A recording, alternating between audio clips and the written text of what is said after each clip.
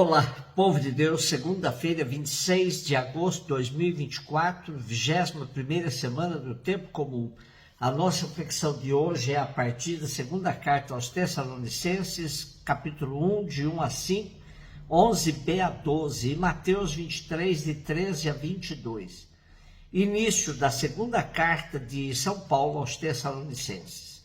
Paulo, Silvano e Timóteo à igreja dos Tessalonicenses, reunida em Deus nosso Pai e no Senhor Jesus Cristo. A vós, graça e paz da parte de Deus Pai e do Senhor Jesus Cristo. Devemos agradecer sempre por vós, irmãos, com toda justiça, porque progredis sempre mais na fé e porque aumenta a caridade que tendes uns para com os outros. Assim, nos gloriamos nas igrejas de Deus por causa da vossa perseverança e da vossa fé em todas as perseguições e sofrimentos que suportais. Estes constituem um sinal do justo juízo de Deus, pois servem para ser julgados dignos do reino de Deus, pelo qual também estáis sofrendo.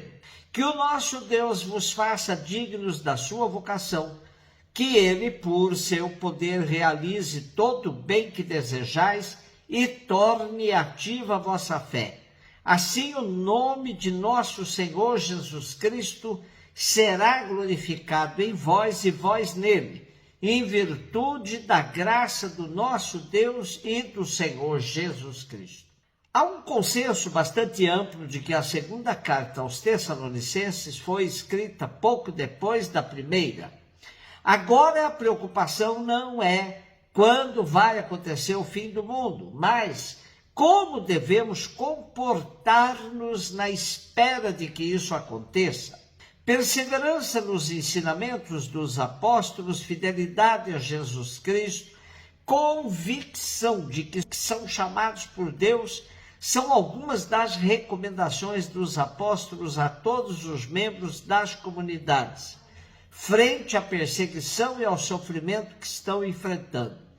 Os apóstolos reconhecem que os cristãos de Tessalônica estão dando um testemunho digno de merecer os mais altos elogios e motivo de dar graças a Deus, pois Jesus Cristo está sendo glorificado na vida deles. Nos gloriamos nas igrejas de Deus por causa de vossa perseverança e da vossa fé em todas as perseguições e sofrimentos que suportais. Essa é a fonte da alegria dos apóstolos Paulo, Silvano e Timóteo, por constatar que os cristãos das igrejas de Tessalônica não só entenderam bem aquilo que por eles lhes foi anunciado, como seguem firmes e fiéis a tais ensinamentos. Com esse tipo de carta, os apóstolos visavam manter as comunidades vivas e com coragem para enfrentar a atmosfera de perseguição que viviam. Mateus 23, 13 a 22, disse Jesus: ai de vós, mestres da lei e fariseus hipócritas, vós fechais o reino dos céus aos homens. Vós, porém, não entrais nem deixais entrar aqueles que o desejam. Ai de vós, mestres da lei e fariseus hipócritas, vós percorreis o mar e a terra para converter alguém, e quando conseguis, o tornais merecedor do inferno, 2 vezes pior do que vós. Ai de vós, guias cegos, vós dizeis: se alguém jura pelo templo não vale, mas se alguém jura pelo ouro do templo, então vale. Insensatos e cegos, o que vale mais, o ouro ou o templo que santifica o ouro? Vós dizeis também: se alguém jura pelo altar não vale, mas se alguém jura pela oferta que está sobre o altar, então vale. Cegos, que vale mais, a oferta ou o altar que santifica a oferta?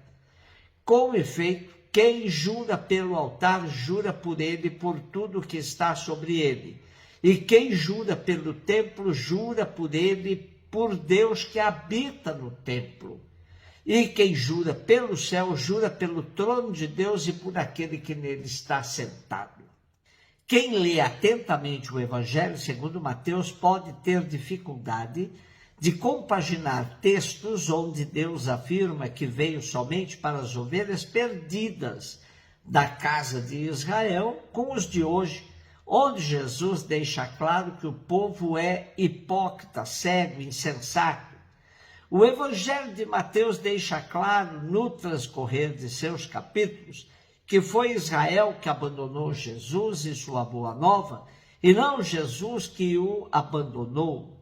Neste capítulo 23 fica claro que há um esgotamento no relacionamento de Jesus com os chefes de Israel. Quem se acostumou a dizer Jesus manso e humilde de coração, até se assusta com esse Jesus forte e em tom severo, condenando os homens da lei que a idolatram e agem sem a mínima misericórdia com os irmãos. Diante do comportamento hipócrita dos fariseus, Jesus não é nada manso, mas alguém que avança na crítica dura a esse comportamento reprovável. Ele critica e condena os líderes religiosos que sustentam um sistema formalista e hipócrita.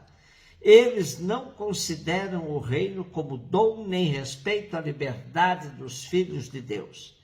Tal sistema impede as pessoas de entrarem no reino, pois não leva à conversão, mas à perversão, e destrói o verdadeiro espírito das Escrituras, chegando a matar até mesmo os enviados de Deus.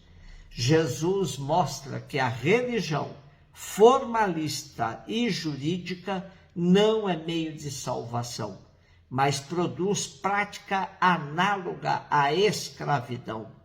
Portanto, é formalmente oposta àquela que deve ser vivida por qualquer comunidade cristã. O capítulo completo compreende 7 ais, próprios do gênero profético. Os ais de voz, na linguagem profética, exprimem uma ameaça de castigo e de juízo, mas também o lamento da parte de quem deve fazer a denúncia. Hoje temos os 3 primeiros ais. Um deles, o primeiro, ai de vós, dirige-se aos escribas e fariseus, que recusando Jesus e sua mensagem também impedem que outros possam desfrutar da alegria de entrar no reino. O segundo ai de vós dirige-se contra o proselitismo dos judeus, que apenas visa subtrair pessoas à salvação para as tornar fechadas, rígidas, fanáticas e perigosas como eles, e mais do que eles. O terceiro ai de vós dirige-se aos guias cegos, que com as subtilezas da sua casuística obscurecem o sentido profundo da lei e invertem a hierarquia de valores. O ouro vale mais que o templo, a oferta mais que o altar. Falta-lhes o discernimento e a interioridade. Podemos imaginar que para Jesus chegar a tal ponto foi preciso mesmo uma imensa rejeição de sua proposta e, mais que isso, de sua atenção, do seu carinho. A salvação é oferecida a todos, mas há quem a rejeite, pois tem outros interesses na vida. Um beijo no seu coração.